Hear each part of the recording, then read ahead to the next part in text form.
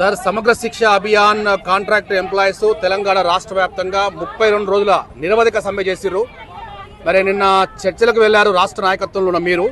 చర్చల్లో బట్టి విక్రమ గారు ఏం చెప్పారు, ఏమి దృష్టిలో పెట్టుకొని సమ్మె విరమణ జరిగింది? ముందుగా జై స్వరా టీవీకి ధన్యవాదాలండి. గత 32 రోజులుగా మా సమ్మెను ప్రతిరోజు కవర్ చేస్తూ అప్డేట్ ఇస్తున్నందుకు ప్రత్యేక ధన్యవాదాలు తెలియజేస్తూ, మేము గత 32 రోజులుగా సమ్మె చేస్తున్నాం. నిన్న బట్టి విక్రమార్క గారు ఉప ముఖ్యమంత్రి మరియు మా రాష్ట్ర అధికారి ఎస్పీడీ గారి ఆదేశానుసారం చర్చలు జరగడం జరిగింది.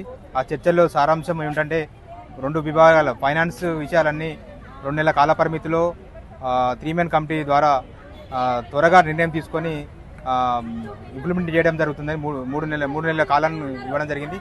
అదేవిధంగా నాన్ ఫైనాన్స్ సంబంధించిన విషయాలన్నీ కూడా త్వరలోనే ప్రొసీడింగ్ 22 అంశాలతో మేము నివేదిక ఇవ్వడం జరిగింది. అది వారం 10 రోజుల్లోనే మనకు ప్రొసీడింగ్ ఇవ్వడం జరుగుతుందండి. అదేవిధంగా సమ్మె కాలానికి కూడా వేతనం ఇవ్వడం నిర్ణయించడం జరిగింది. ఇదందరి రాష్ట్ర కమిటీ నిర్ణయం ప్రకారం అందరం కూడా ఈ సమ్మెను తాత్కాలిక విరమణ మాత్రమే చేస్తున్నాం. మొత్తానికి విరమణ కాదండి, తాత్కాలిక విరమణ.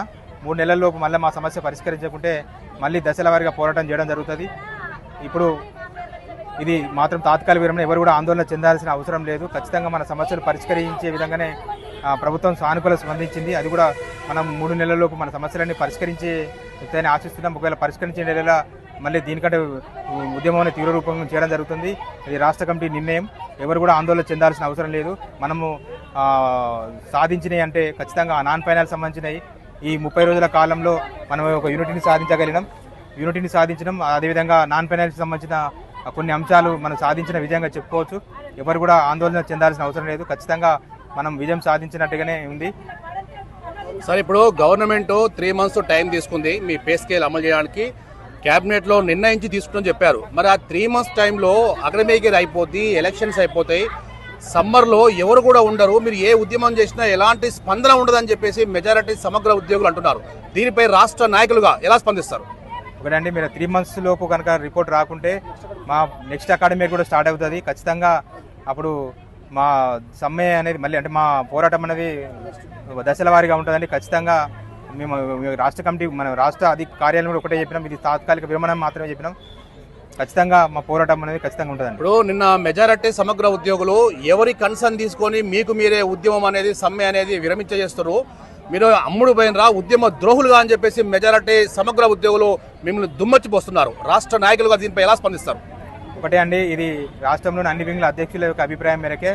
ఇక్కడ ఒక ఇబ్బందికరం ఏమంటే మాలో ఒక వింగ్ విభాగం వారు కొంతమంది జైన్ కావడం వల్ల విచ్ఛిన్నమవుతున్న ఉద్దేశంతో మాత్రమే ఈ అందరూ రాష్ట్ర కమిటీ నిర్ణయం తీసుకొని గౌరవప్రదంగా వారితో చర్చలు జరిపి, ఎందుకంటే ప్రభుత్వం తెగేదాకా లాగదనే విధానంతో ప్రభుత్వంతో చర్చలు జరిపి మనకు రావాల్సిన బెనిఫిట్స్ను సాధించడం కోసం మాత్రమే ఈ విరమణ అనేది తాత్కాలిక విరమణ చేయడం. దీని గురించి ఎవరు అపోలు చెందొద్దని కోరుతున్నాం. ఇక్కడ ఏ ఉద్యమమైనా కొంతకాలం పాటు కొనసాగుతుంది. తెలంగాణ ఉద్యమం ఉవ్వెత్తున ఎలా లేచిందో ఆ ఉద్యమం లెవెల్గా దాదాపు మెజారిటీ మేడమ్స్ ఆర్థికంగా ఇబ్బంది ఉన్నా, ఆరోగ్యంగా ఇబ్బంది ఉన్నా ఎంతో దూరం నుంచి వచ్చి గత 32 రోజులు నిర్విరామంగా ఈ సమ్మెలో పాల్గొన్నారు. వాళ్ళకి మీరు సమాధానం ఏం చెప్తారు?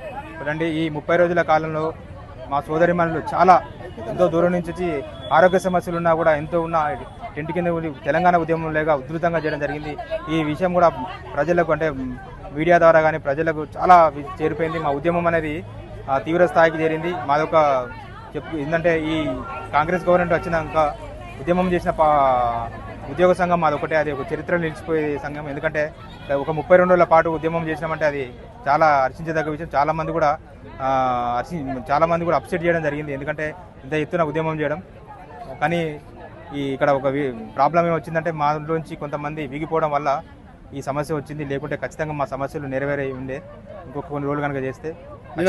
రాష్ట్ర నాయకత్వం తరఫున మీరు చర్చలకు వెళ్లారు. మన కాంగ్రెస్ ప్రభుత్వం ఇచ్చిన వాగ్దానం ప్రకారంగా మీకు నమ్మకం ఉందా? ఉందండి, తప్పకుండా వారు ఇచ్చిన విశ్వాసం ఏంటంటే ఖచ్చితంగా 3 నెలల్లోపు మీ సమస్య పరిష్కారం అవుతుంది.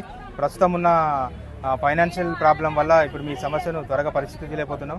దానికి వాళ్ళు 3 నెలల కాల పరిమితి అడిగింది. ఆ 3 నెలల కాలంలో ఖచ్చితంగా మా సమస్యలు పరిష్కరించాలని ఆశిస్తున్నాం. నిన్న జరిగిన చర్చలో మెజారిటీ సమగ్ర ఉద్యోగులు పూర్తి స్థాయిలో వ్యతిరేకిస్తున్నారు. దీనిపై మీరు ఏమంటారు?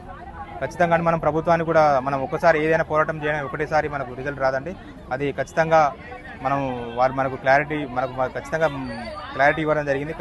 మనకు ఖచ్చితంగా 3 నెలల లోపు మన సమస్యలని అమలయ్యే విధంగా చూస్తా అని చెప్పారు.